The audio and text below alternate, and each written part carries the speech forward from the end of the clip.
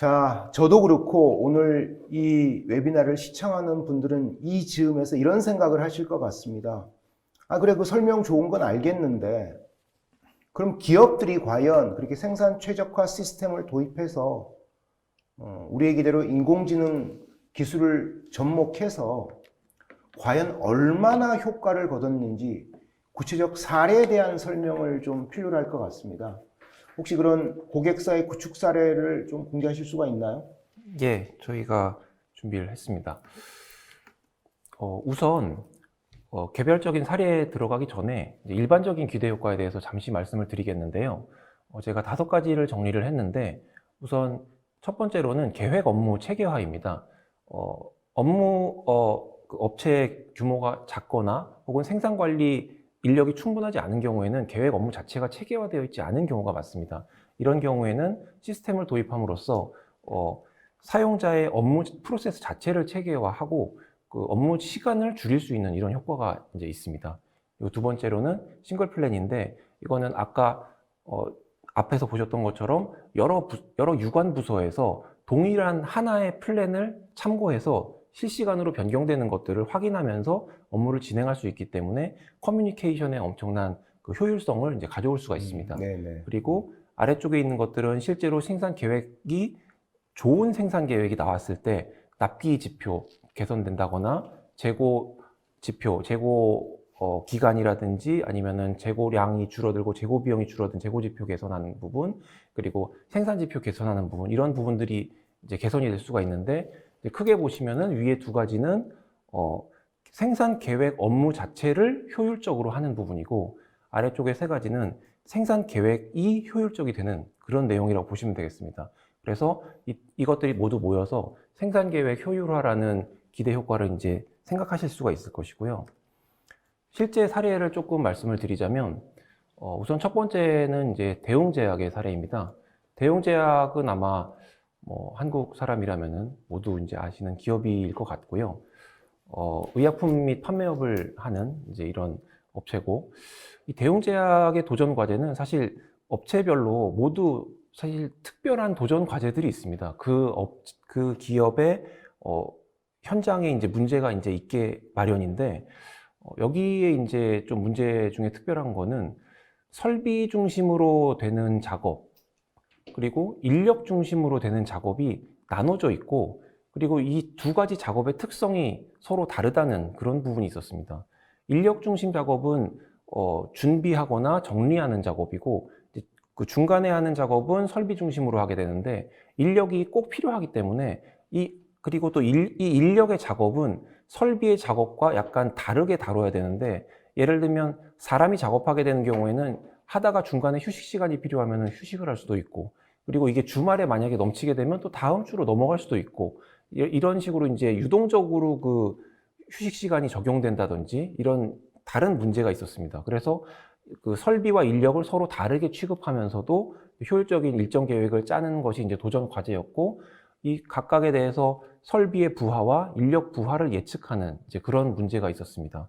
그리고 이런 부분은 이제 일반적인 상황이지만 반제품 제조와 그리고 완제품 제조가 연계되어 있어서 작업 스케줄을 앞쪽에서 변경했을 때 뒤쪽에 그 영향이 발생하는 이런 문제가 있어서 작업 스케줄을 변경하는 것 자체가 이제 힘든 작업이 되는 겁니다. 이런 것들이 이제 좀 주된 도전 과제라고 말씀을 드릴 수가 있겠고요. 실제로 구축한 내용 중에 이제 프로세스 개선한 부분을 위주로 이제 말씀을 드리면, 도입 전에는 일반적으로 ERP와 MES를 도입한 많은 업체들이 이런 상황일 거라고 이제 생각이 드는데요. ERP에서는 판매 계획을 확정하고, 그리고 무한 능력 생산 계획을 만들어냅니다. 이렇게 만들어낸 계획을 가지고 MES에다가 바로 전달하기에는 너무 갭이 있습니다. 그래서 그 차이를 메꾸기 위해서 엑셀을 이용해서 이제 생산 계획을 수립하는 아주 이제 전형적인 상황입니다. 그래서 이런 경우에 엑셀로 각 부문별 혹은 공정별, 라인별 이런 생산 계획을 만드시고, 이 만들어진 엑셀을 배포하는 방식으로 이제 생산 계획을 확정하게 됩니다. 그리고 이렇게 배포된 생산 계획은 MES에서 실제로 실행을 하면서 생산 실적을 집계하고, 이렇게 집계된 것들이 다시 엑셀로 돌아가는 이런 이제 프로세스를 일반적으로 갖게 되는데, APS를 도입한 후에는 중간에 엑셀로 되어 있는 부분을 이제 시스템으로 교체하게 되었습니다. 전체적인 프로세스의 흐름은 비슷하지만 ERP에서 넘어오게 되는 계획을 APS에서 자동 혹은 반자동으로 계획을 생성하고, 그리고 생성된 계획을 바로 ERP와의 인터페이스를 통해서 전사적으로 공유를 하고, 그리고 만들어진 계획이 앞으로 어떤 KPI를 낼 것인가 하는 거를 그 계획이 수립되는 시점에 바로 실시간으로 알 수가 있습니다. 이렇게 엑셀에서 하는 일을 APS로 대체를 했고, 그리고 MES로 넘어가서 그 이후는 이제 비슷한 그런 프로세스를 이제 가지게 되었습니다. 이렇게 APS 시스템을 도입한 이후에 이제 발생한 효과에 대해서 좀 말씀을 드리자면, 1번은 모든 공정의 작업 스케줄을 한눈에 파악하게 되었다. 간트 차트를 비롯한 화면들을 이용해서 이제 한눈에 파악하는 가시성이 이제 개선된 그런 부분이 있고, 그리고 스케줄을 변경하는 작업이 이제 괴로웠는데 그런 부분을 시스템을 이용해서 많이 그런 업무를 덜어주게 된 거죠. 그리고 스케줄을 변경하게 됐을 때 부하율, 인원 소요, 자재 소요 이런 부가적인 지표들을 실시간으로 이제 바로 볼 수가 있게 되었고, 그리고 이렇게 만들어진 예측 정보를 활용하는 그런 효과가 있었습니다. 그리고 사용자가 원하는 부분만 자동으로 스케줄하면서 일부분은 스케줄하고 일부분은 자기가 조정하고, 이런 식으로 사용자가 업무에 적용을 해서 계획 업무 시간이 50% 정도 절감이 되는 그런 효과가 있었습니다. 네. 다음 사례는 이제 율촌화학 사례입니다. 율촌화학은 이제 약간 이름이 낯서실 수도 있겠는데요. 사실 생긴 지 50년 가까이 되는 이제 오래된 회사고, 농심 계열의 종합 포장 회사입니다. 쉽게 좀 말씀을 드리자면 이제 신라면이나 새우깡 이런 농심 제품에 해당하는 포장재를 만드는 그런 회사라고 이제 생각하시면 될 것 같고요. 코팅 기술이 핵심 역량이 되고, 이제 포장, 필름, 그리고 전자 소재 이런 부분으로 역할을 확장해 나가는 그런 이제 업체라고 생각하시면 되겠습니다. 율촌화학의 도전 과제도 사실은 굉장히 이제 티피컬한 그런 상황인데, 생산 계획 시스템이 그렇게 효율적으로 구성되어 있지 않은 그런 상황이었기 때문에 수요 예측을 하거나 오더 관리하는, 그리고 이 주문의 우선순위를 가리고 언제 생산하는 것이 더 효율적인가 이런 거에 대한 부분이 이제 충분히 서포트가 되지 않았기 때문에, 그로 인해서 생산 및 납기 지연이 이제 계속 발생을 하는 그런 문제가 있었고, 그 적정 재고를 관리를 하게 되는데, 적정 재고를 좀 자세한 그 디테일한 레벨로 이제 관리를 하고 싶은데 전체적으로 시스템이 받쳐주지를 못하기 때문에 공장 전체 이런 식으로 이제 관리를 하고 있었습니다. 그래서 이거를 제품군별로 이제 관리를 하고 싶었는데 그렇게 못하고 있다 보니까 제품군별로 부족 과잉 현상이 발생을 하는 겁니다. 전체적으로 봤을 때는 어느 정도 맞기는 하는데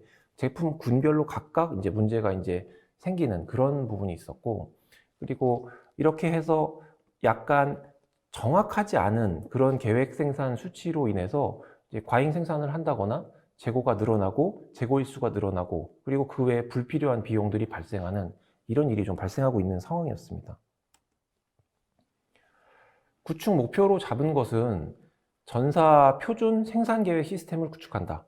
그래서 계속 반복되는 얘기지만 여러 유관 부서에서 구매, 영업, 생산, 그리고 경영, 관리 여러 그 부서에서 한 번에 볼 수 있는 싱글 플랜 시스템을 이제 만들겠다. 이게 이제 목표였고, 그리고 앞에서 말씀드렸던 것처럼 총량 기준에서 제품 군별로 관리하는 적정 재고 운영 체계를 만들겠다. 이런 목표를 가지고 있었고, 그리고 마지막으로 생산 전략 시뮬레이션.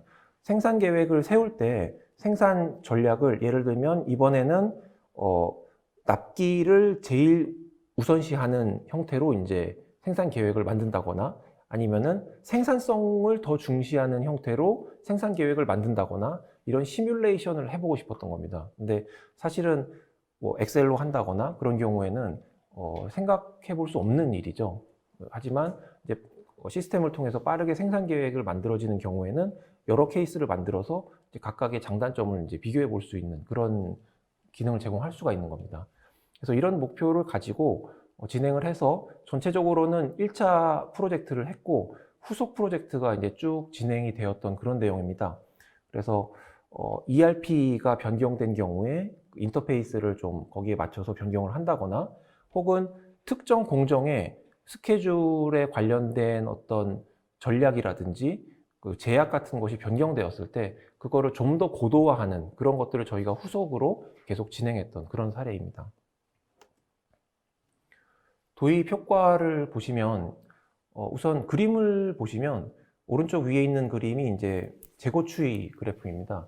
그래서 처음에는 숫자가 지금 잘 보이실지 모르겠는데 24,000개 정도였던 이제 재고가 시간이 지나면서 18,000개, 17,000개 정도까지 공장마다 약간 다르긴 하지만 전체적으로 4분의 1 혹은 3분의 1 정도의 감소를 이제 이룬 것을 보실 수가 있습니다. 그리고 아래쪽에 있는 그림은 이제 납기에 관련된 지표인데요. 아래쪽에는 위쪽에 이제 연한 하늘색으로 이제 표시된 부분이 이제 납기 지연입니다. 납기 지연이 약 30%에서 10% 정도로 이제 줄어든 것을 보실 수가 있습니다. 정량적 효과를 약간 조금 더 설명을 드리면 계획 수립 시간이 거의 5분의 1 정도로 5시간에서 7시간 정도 했던 작업을 1시간 내외로 이제 줄어들게 되었고요. 그 외에는 이제 오더 납입률, 납기 지표가 향상되었고, 그 외에도 여러 가지 지연일수나 준수율 같은 납기 지표가 향상되고, 재고 비용이 이제 절감이 되었습니다. 그리고 정성적 효과로는 담당자들이 이제 공장이나 라인별로 여러 명이 있을 수가 있는데, 이런 담당자 간의 생산계획 업무의 숙련도라든지 그 편차가 있습니다. 근데 이런 편차가 시스템을 통해서 함으로써 감소가 되고, 생산 계획을 만들고 생산 계획을 수정하면서 드는 그런 어떻게 보면 반복적인 그런 업무 시간을 줄임으로 인해서 생산 전략을 세운다거나 좀 더 가치가 있는, 부가가치가 있는 업무에 집중하는 그런 효과를 가져올 수가 있었습니다. 그리고 전사 계획을 통해서 이제 사업부 부서 간의 연계가 강화되고 커뮤니케이션이 강화되는 그런 효과가 있었다고 이제 말씀드릴 수가 있겠습니다. 대웅제약과 율촌화학 사례를 저는 생산 분야의 전문가는 아닙니다만 보니까 이런 얘기를 듣는 경영진들 입장에서는 생산 최적화에 관심을 가지지 않을 수가 없겠네요. 근데 저는 그 대웅제약 율촌화학 지금 케이스 스터디 말씀하실 때 제일 좀 제 뇌리 속에 남는 질문 중에 그 궁금증 하나는 두 회사 다 도전 과제가 달랐더라고요, 보니까. 예. 넓은 의미의 범용 생산 최적화라는 목표는 똑같은데 그 중에 핵심적인 도전 과제가 다르고 그러다 보니까 구축 과정에서의 목표들도 조금 달랐던 것 같고요. 그러다 보니까 정량적, 정성적 효과도 물론 이제 대웅제약보다 율촌화학을 좀 더 상세히 설명하셨습니다만은 약간 차이가 났는데 그럼 이제 기업들 입장에서 우리는 이런 생산 최적화 프로젝트를 추진할 전문가도 많지 않고 혹은 어떤 기업은 예산도 많지 않을 수 있고 또 어떤 기업은 이런 도전 과제에 대한 자기 요구사항이 분명하게 정립이 안 됐을 수도 있을 것 같고요. 그렇다면 이런 싱크플랜 APS 같은 솔루션을 도입하는 게 구축하는데 예상보다 시간이 많이 걸리지 않을지 비용이 많이 들지 않을지 혹은 제대로 된 시스템 운영을 못해서 효과를 거두지 못하지 않을지 이런 걱정들을 많이 하실 것 같습니다. 좀 쉽게 구축할 수 있는지 얼마나 쉽게 될 수 있는지 그리고 기업들 입장에서 결국은 도전 과제에 대한 자기 요구사항을 정립하는 게 중요할 것 같은데 그러면 이런 프로젝트를 고민하는 예비 고객사들에게 조언을 좀 해주신다면 어떤 걸 할 수 있는지 설명을 좀 부탁드립니다. 예. 우선 이제 솔루션 도입 절차에 대해서 말씀을 드리겠는데 크게는 이제 3가지 단계로 저희가 나눴습니다. 물론 뭐 세부적으로는 더 크게 나눌 수 있겠지만 우선 첫 번째로는 이제 진단 및 예비 조사 그리고 시스템을 실제로 구축하는 단계가 있겠고요. 그리고 운영 단계에 들어가면 이제 저희가 사후 지원을 하는 이런 단계가 되겠는데 우선 첫 번째 진단 및 예비 조사 단계에서는 저희가 인터뷰를 한다거나 혹은 설문지를 보낸다거나 해서 생산 관리 현황을 파악을 하는 게 이제 우선입니다. 그리고 이제 그 상태에서 기존에 어떤 시스템을 갖추고 계신지, 그리고 데이터 품목 정보라든지 혹은 품목이 그 설비 정보라든지 이런 기준 정보들이 어느 정도나 준비되었는지 그런 것도 마찬가지로 저희가 파악하게 되고, 그리고 여러 번의 인터뷰를 통해서 이제 필요한 경우에는 저희가 POC를 하거나 그래서 이제 효과를 검토를 하는 작업을 먼저 거치게 됩니다.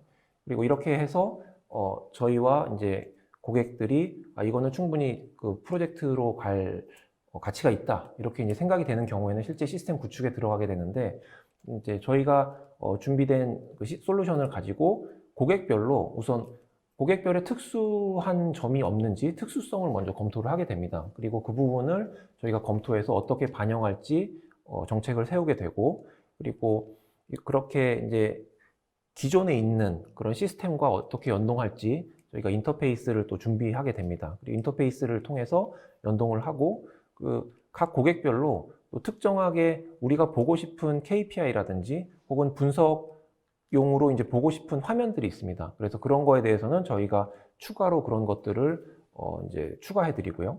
그리고 이렇게 해서 운영할 준비가 되었다라고 하면 이제 사용자 교육을 통해서 이제 운영을 시작하게 되고, 그다음에 계속 그 이후에도 사실 시스템이 도입되게 되면 그 프로젝트가 끝나면은 이제 사실 그때부터 이제 시작이기 때문에 그렇죠. 그때부터 이제 계속 그 반복해서 나오는 그 사용자의 또 개선 요구나 이런 거에 대해서 계속 지속적인 변화 관리가 필요하고, 그다음에 저희가 현지에서 혹은 원격에서 그런 거 이제 지원을 해드리고 있습니다.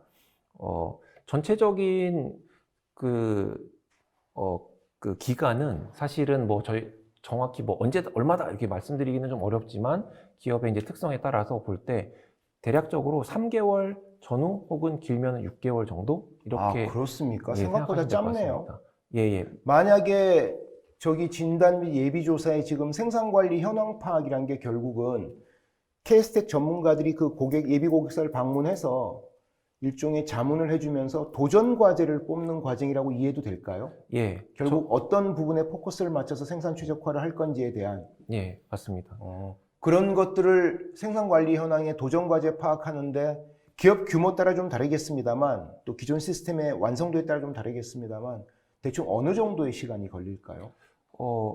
규모가 작은 경우에는 이제 저희가 설문이라든지 한 뭐 몇 번의 미팅만으로도 이제 끝나는 경우도 있고, 그런가요? 예, 그리고 문제가 좀 생각보다 크다고 하는 경우에는 저희가 사전 PI를 한다거나 그런 거를 이제 준비하기도 합니다. 비근한 예로는 저희가 최근에 준비하고 있는 모사의 프로젝트 같은 경우에는 이제 사전에 한 달 정도의 그 PI 기간을 갖고 있습니다. 한 달 정도의 PI 기간을 가지면서 그걸 통해서 결국은 이후 프로젝트를 위한 상세 계획을 수립하는 거겠네요. 예, 맞습니다. 네, 알겠습니다. 계속 이어서 설명해 주시죠. 예.